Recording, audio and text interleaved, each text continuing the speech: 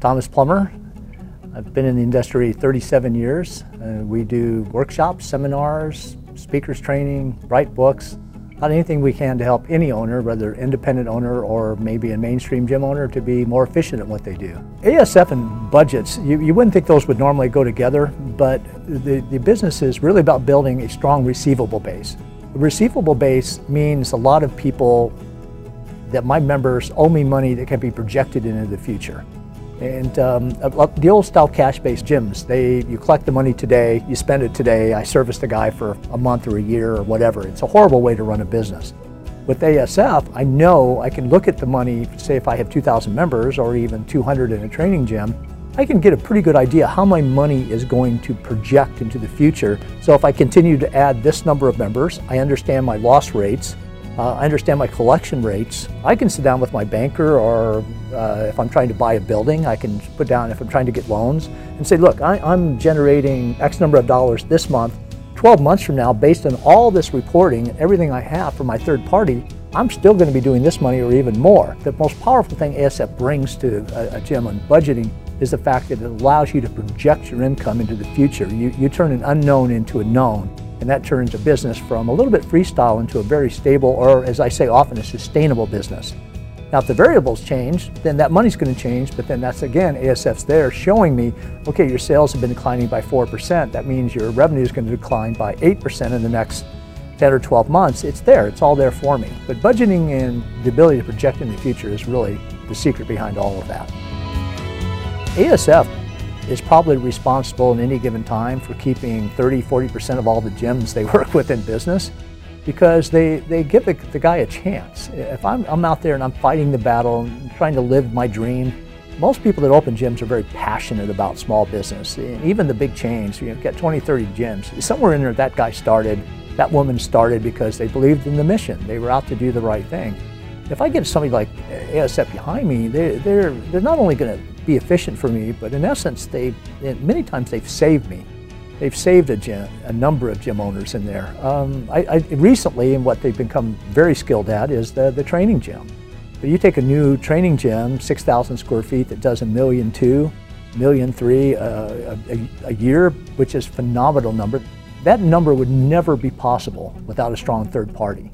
So did that guy create the 1.3 and then ASF serviced it, or did ASF, because of the strength of what they do, allow this person to grow and thrive? And we forget the fact that if you get the right company behind you and you get the right foundation, you get the right anchor, that makes that. Why did we never see that number before in the gym? But we've never had a third-party company as strong as ASF working with these training gyms. ASF is setting a new standard of customer service, and it's very unusual to see it develop. And who knew that was going to be the differentiator over time?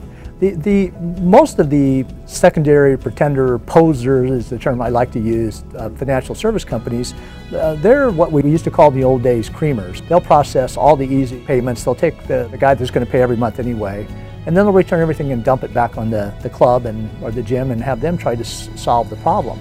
ASF, through their just intense customer service, has really given the gym owner a cushion.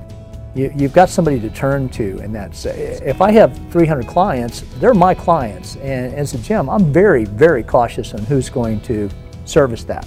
One of our businesses is we still have a training gym with 1,400 women in it. It's on Cape Cod. That 1,400 members, we fought 29 years to build this gym. Who am I going to trust to service those members? Because if they get it wrong, I'm done.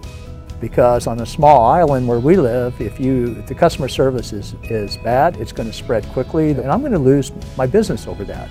So one, do I trust ASF with this stuff? Of course, because their customer service between my clients and ASF is unbelievable. They're professional, they run down missing credit card numbers, hey, this account was closed, can we fix this? They do it so well that the members are like, wow, it was a great service experience even though I was wrong and owed them money.